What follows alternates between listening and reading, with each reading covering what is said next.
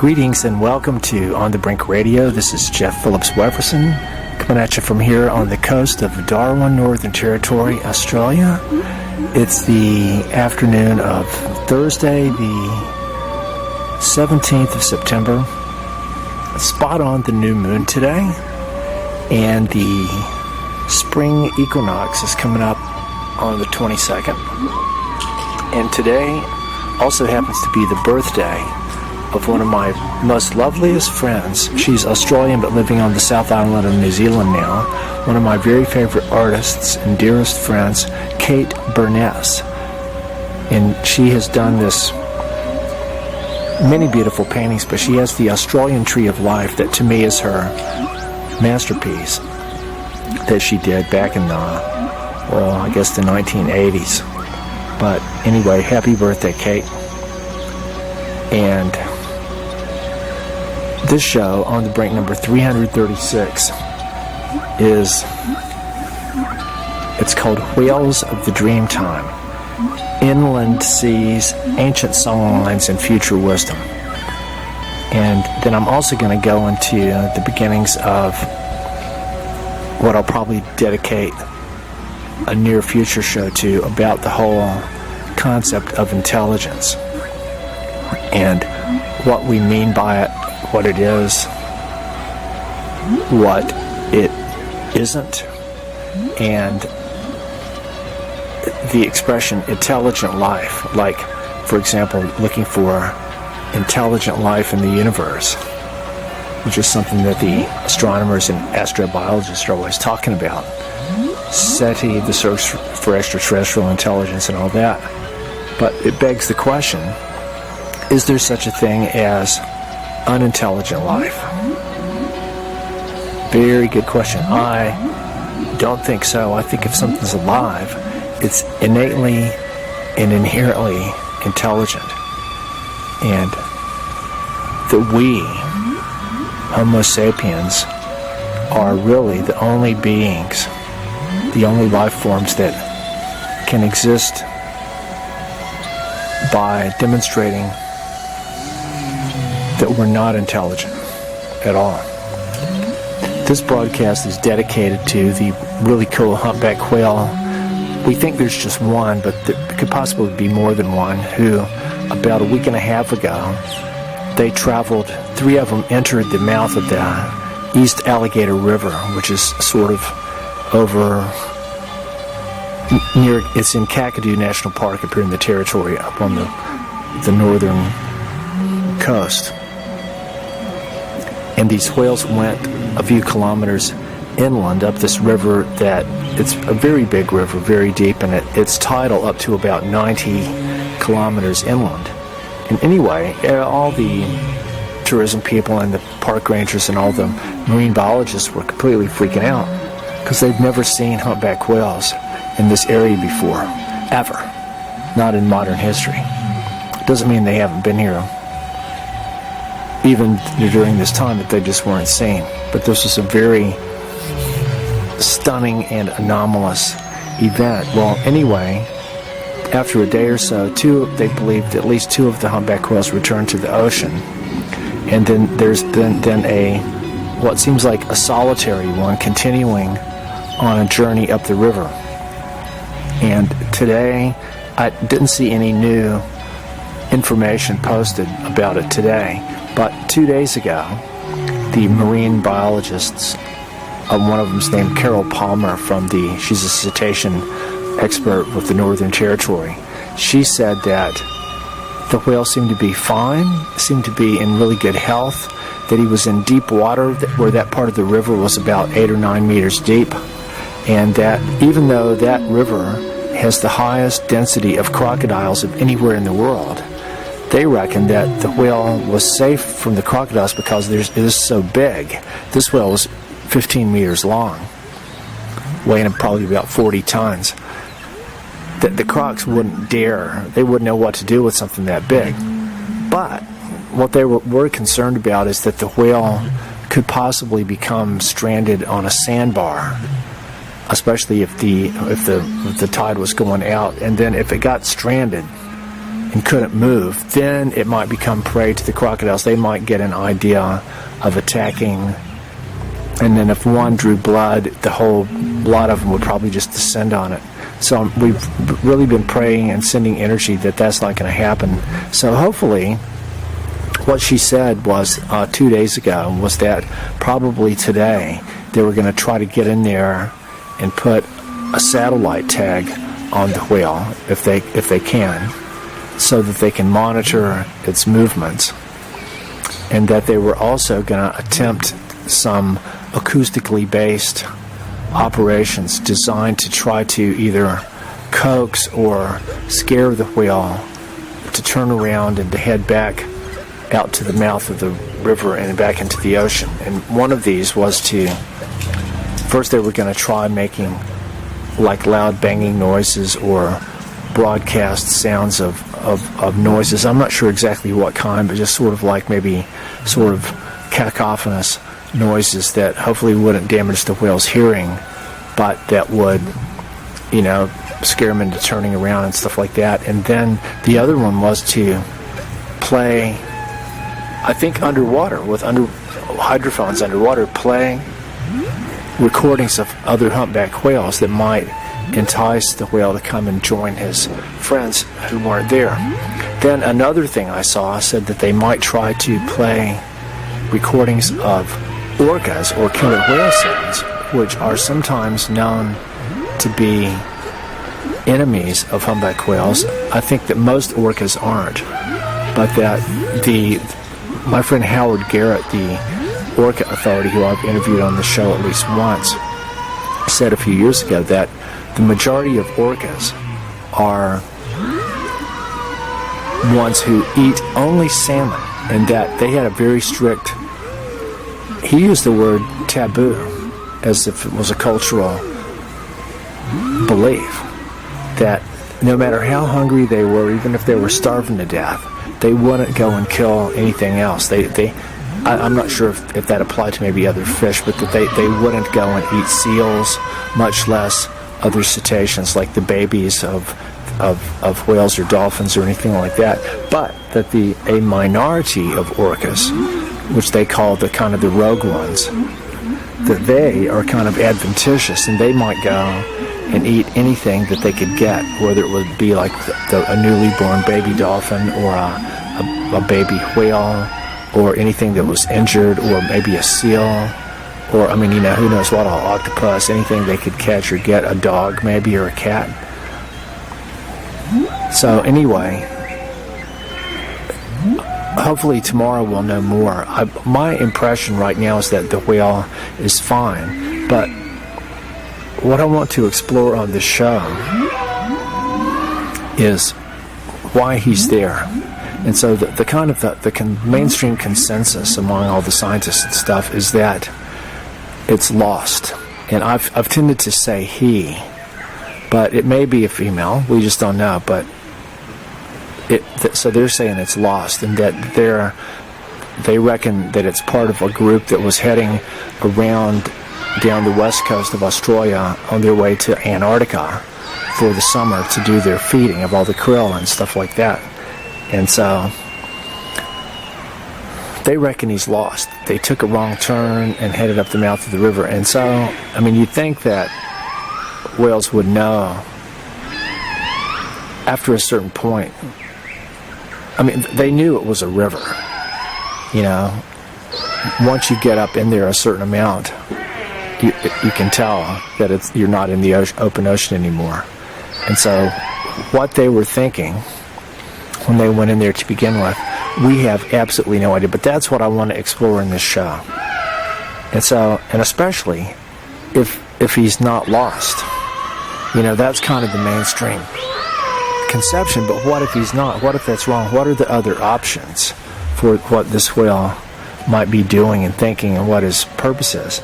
And another one of these humpback whale authorities said that they think of them as being explorers, that they like to go in new areas and uncharted territory, and with the implication being that may sometimes lead to extenuating circumstances where they might find themselves like in this article they were saying that, and I remember hearing about this in 1985, I think it was, this humpback whale kind of came into the San Francisco harbor and kind of got stuck there, and they named him Humphrey the humpback, and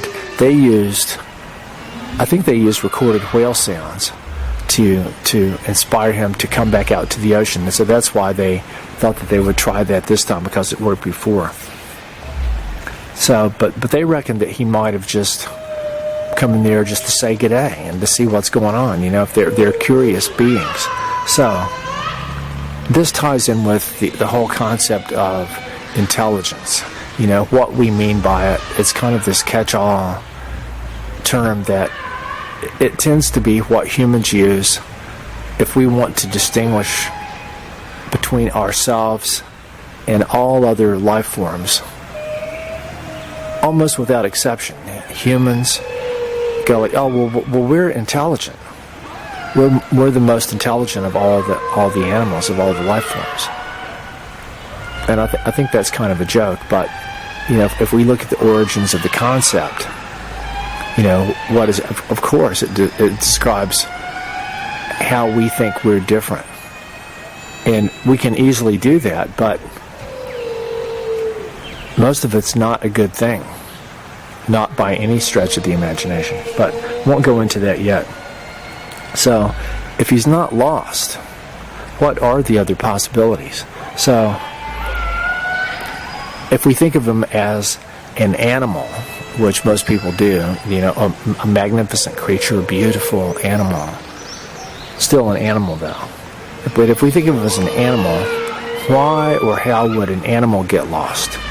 So we tend to think of animals have their sixth sense of navigation, their ability to sort of find their way in ways that humans either can't, or our ability to do that has atrophied in general. Where some people still do have that kind of ability, like people that can just find their way, or indigenous people like the Australian indigenous people from here are known for their ability to find their way. And then you've got the ability to track other people, like my favorite Aboriginal actor David Gopala played the tracker, and so he's the face of Australia in terms of the Dreamtime ancestors. So if we think of the whale as an animal, why would he be lost? So maybe his magnetic navigation compass has become distorted. Maybe he's got an inner ear parasite, or a headache, or maybe it's because the Earth's magnetic fields are shifting, or that kind of thing. Or maybe something's wrong with him that's causing him to think that he might be going to Antarctica. And he is headed the right direction. He's headed due south down the river, which is the direct way to Antarctica. So that could be, if we think of him as an animal. If we think of him as a person, like a being on the level of people that's got lost somehow, how would that work? And we go like, well, theoretically it would be the same, just at sort of like a different level. His ability to, maybe his map was wrong, or the ancient song line has shifted or something like that. There's no way to know. Then if we think of him as an extraterrestrial intelligence, what might he be doing? So if he was an animal sort of going in what looks like the wrong direction, we assume they're lost. But if it's a person going what seems to be the wrong direction, then we consider that there may be a purposive element, that if he's not lost, he might be doing it on purpose. But then why would that be? So we talked about how that the humpback whales might be explorers. He might be, as an animal, he could be going in search of a mate. Maybe he's got a memory of whales that went up that way before. maybe he's responding to some kind of a call or a beacon of some kind that could be energetic, it could be acoustic, it could be optical, it could be metaphysical, all these different possibilities. And so he could be heeding a mystical call. He could be on what the indigenous people call a walkabout, like a sacred journey into the nether recesses of the dream time. And if we think of them as extraterrestrial intelligence, which they truly are, in the sense of extraterrestrial meaning away from land, then he could really be on some kind of mission. And in my mind, I'm going like, well, what if? Because the whales are, in the metaphysical circle, the whales are believed to be kind of like the record keepers of ancient knowledge and wisdom. And not just in the sense of, or even at all in the sense of what humans think of as knowledge and wisdom, but in terms of true broadband knowledge and wisdom, in terms of knowledge and wisdom that would apply to all the beings of the earth that have ever existed, all the kingdoms of life, all the dimensions of consciousness, and a true memory or record of everything that has really happened on the earth and in the heliocosm and with life here. Not our distorted perception of it from the human mind, but the actual reality itself, the sort of morphogenetic echo or imprint of everything that has happened. I think that's what the whales and the dolphins and the cetaceans in general are able to access. So, going on that, maybe this whale is returning to a place where not all that long ago, maybe even hundreds of years ago, that whale dreaming clans of people were gathered with them at a certain place, maybe a lagoon or a little bay inland up the Alligator River, where they would have what they call corroboree, sort of like a gathering of the whales and the people and maybe other kingdoms of life. And maybe this was a regular occurrence, and maybe this is the first time, maybe this is something that only happened every so often due to different kind of cosmic alignments or, syzygies or oppositions or all different kind of presences of this and that might only occur every few dozen or hundreds or even thousands of years.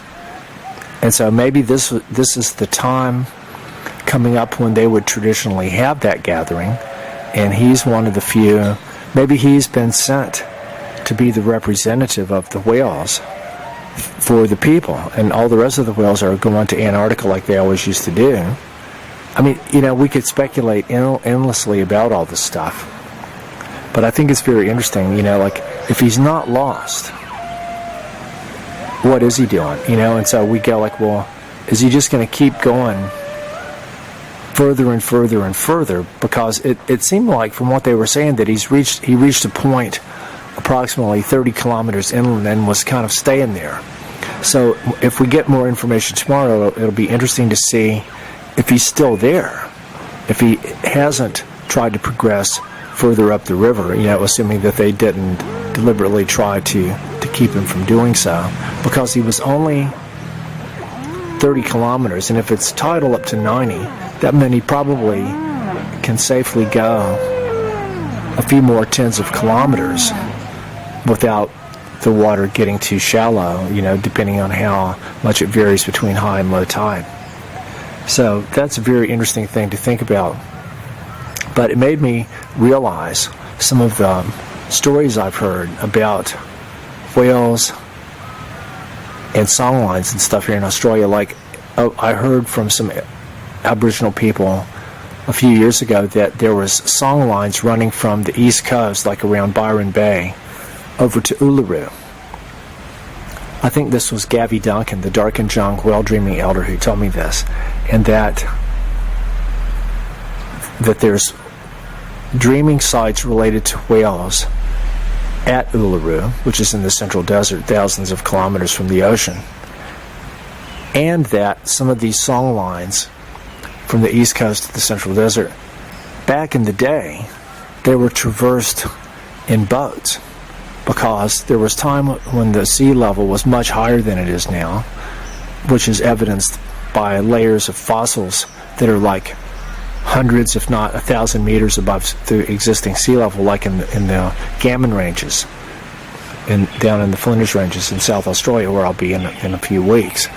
And so they traversed these song lines in boats, and so that some of the islands they would stop at, some of the sacred points, like in the Warrumbungles and Mount Caputar, and a few other peaks like that are kind of the cores of ancient volcanoes. They're mountains sticking up now, but back then they would have been islands. They would have been the islands where people could stop at and maybe do ceremony and stuff. And being volcanoes, they would be very powerful. So this is all very interesting, but so the memory and the consciousness of the whales, I think, has a continuity going back in time to this kind of epochs that seem very, very distant to us, but to them it may not seem all that long ago, because possibly their psyche and their mental orientation, their whole operating environment of their mind hasn't degenerated or mutated in the same way that ours has since the dawn of civilization. That's another whole interesting thing to think about. If are humans the only beings that are affected by the galactic seasons called the yugas? Very, very interesting. So the sea level has varied a lot in Australia, and it may be cyclical, it may be random, but we do have evidence that it's been a lot higher than it is now. And I don't know, it would be hard to know much about evidence of it being lower, because to see that evidence, it would need to be lower than it is now, and we'd be looking for fossils and stuff that's currently underwater. So that makes it trickier.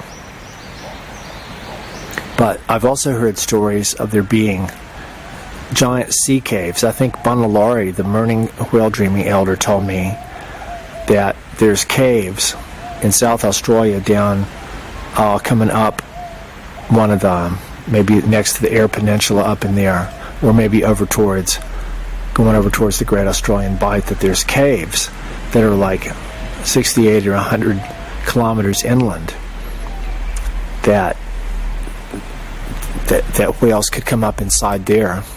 And then my friend Sean McCarthy on Great Barrier Island said that he's been in some caves like that in Western Australia, and my friend Wambi, the Aboriginal elder who I rode with from Alice Springs to Adelaide a couple of years ago, he said that there's a place in Western Australia,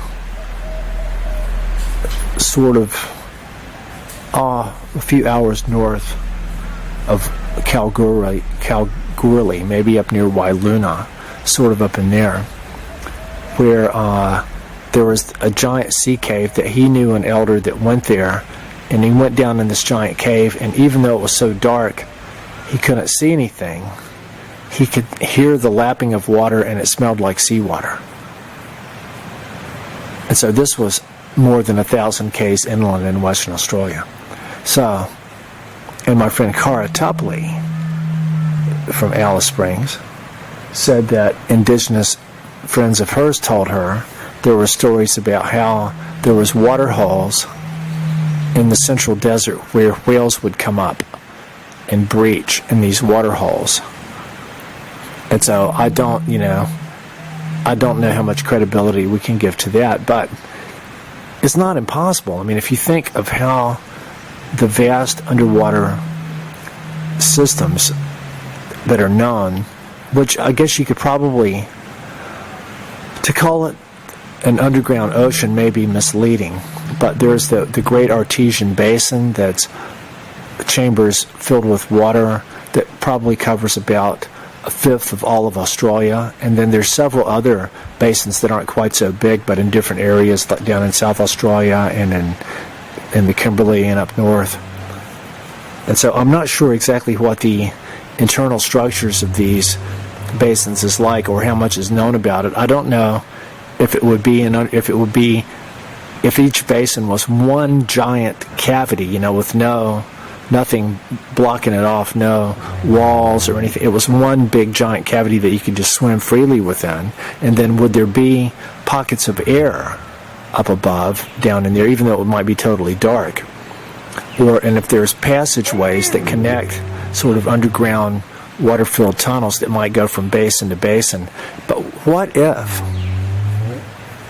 it was possible for a whale who could either find his way or knew his way through different means, that could travel, go in from the ocean and go into some of these sea caves and know or find his way through the Great Artesian Basin water and go up through the Central Desert and then come out up at the Alligator River in Kakadu, or vice versa?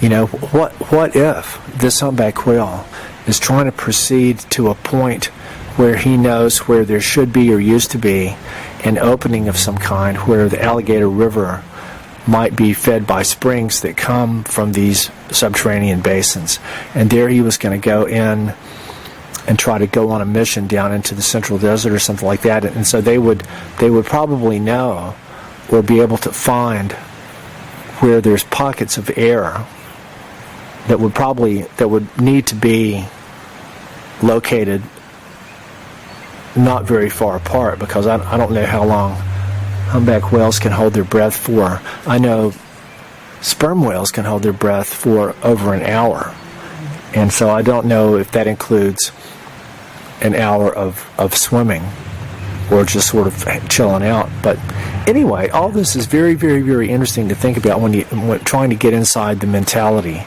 of the whales and dolphins, and so what kind of things they actually do. Like everything they do, the majority of what they do is under the water and far away from us, and so we just don't really know, and we sort of know a bit about what we see, and it's mostly speculation. So what if he's not lost, but he's on a mission that might take him? And again, another thing is, it's also possible that there could have been times in the past and maybe in the future when the water level of the oceans might rise enough that the rivers might connect. There could be a system of rivers where you could travel on the surface all the way from the Alligator River down through the Central Desert and come out down at Adelaide or something like that, and then head on to Antarctica. And I was looking at a map of the river systems of Australia to see how something like that might happen. And because it would be based on kind of like the way that the topography of the land actually is now. And then I started seeing maps of what they believe used to be an inland sea here in Australia. And, you can look at, there's Lake Eyre, which gets pretty big. But this sea was way, way, way bigger than that. And, how much the sea level would have to rise in order to create that. And I don't know, it's all very interesting. And then you've got the concept of the ancient land bridge that connects Wilson's Prom with Tasmania, and Flinders Island, like Mount Killiecrankie, Mount Strzelecki, Mount Monroe on Clark Island, Cape Barren Island. These were the peaks on the land bridge. And so and Bass Strait is not very deep. And so if the ocean level dropped, I think only about 60 or 80 meters, then you'd be able to walk all the way from Wilson's Prom to Tasmania, and you'd come out, you'd hit the mainland of Tasmania up at the far northeast corner at Mount William, which is the very, very beautiful sacred place that I've been lucky enough to be at for the spring equinox last year, and for the autumn equinox in March, and for the winter solstice in June. All three of those, I was lucky enough to be at Mount William. Such a very powerful place, and it's kind of like it would be a very sacred songline nexus, because that would be where the land bridge connected with Tasmania. So this is pure speculation, but for example, right now we've got the planet Mars, which is very, very bright in the sky, rising in the mid-evening, and it's going to be at opposition on the 13th of October, and it's going to be at perigee, or its closest approach to the Earth, on the 6th of October. So it's going to be very, very, very bright, brighter than anything in the sky except for the sun and the moon, and probably maybe even brighter than Venus, which is in the morning now. So what if this journey of this whale has something to do with Mars, something to do with the song lines that he might be traveling, or that he's trying to reestablish or reconnect, or with the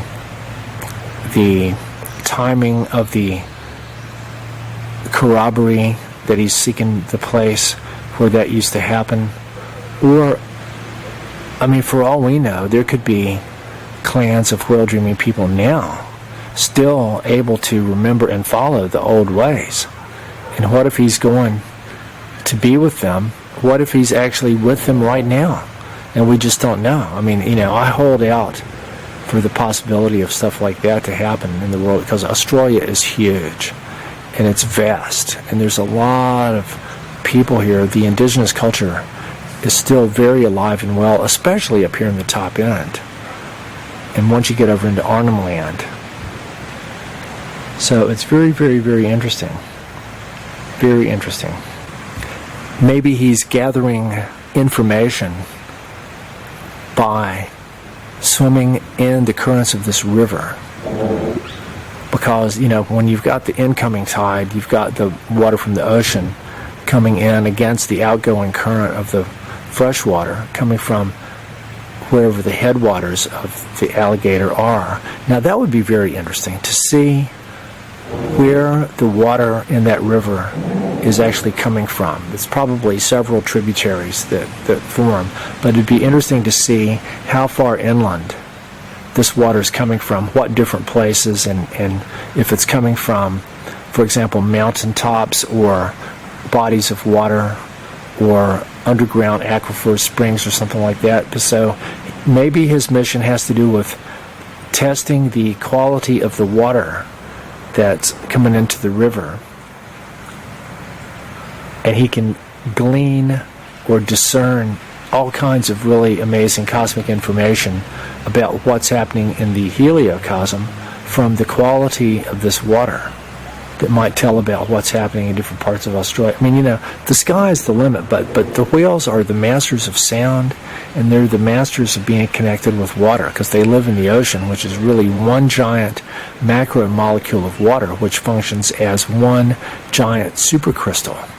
So it's like one molecule and one crystal of the most special, amazing substance that is really very close to being synonymous with life. Like, you could almost say that water is life, and that's what Glenn Edney said, that Russian guy, Vernadsky, said that life is animated water. So how cool is all this? Anyway, I'm hoping to find out more tomorrow. So I think the whales are highly aware. I personally don't necessarily buy the belief that this guy's lost. And we may never know. But there may be like I've been trying to dial into his consciousness the whole time. And it was really interesting, like week before last, I broke out this little pendant that I've got that's got a rainbow whale called Paikia Aniwaniwa. I wore that for the very first time, just around the same time that these whales came. And so that's another kind of a little small synchronicity, but I do feel a connection with them. And I've even offered in my mind to go over there with my flute and play some flute for these whales. No matter what this whale is doing, though, I think it's safe to assume that it is not unintelligent behavior. And the whales and dolphins may, in all of life, and Lauren Isley talked about this, they may not have to be self-aware to be highly intelligent. Like we laud ourselves on our self-awareness, like to an extreme, like we're aware of that we're doing everything. But it's possible to actually live and be and do everything without necessarily being aware that you're doing it. And then sometimes being aware that you're doing stuff can actually get in the way of doing it.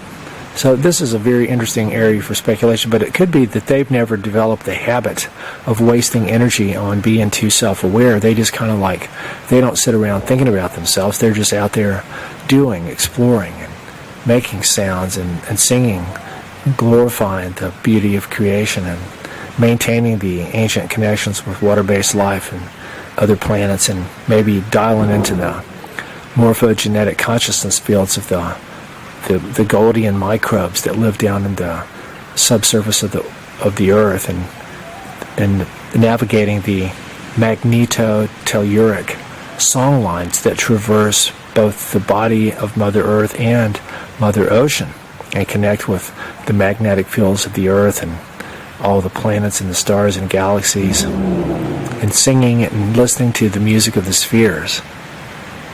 I think this is what the whales and dolphins do. And so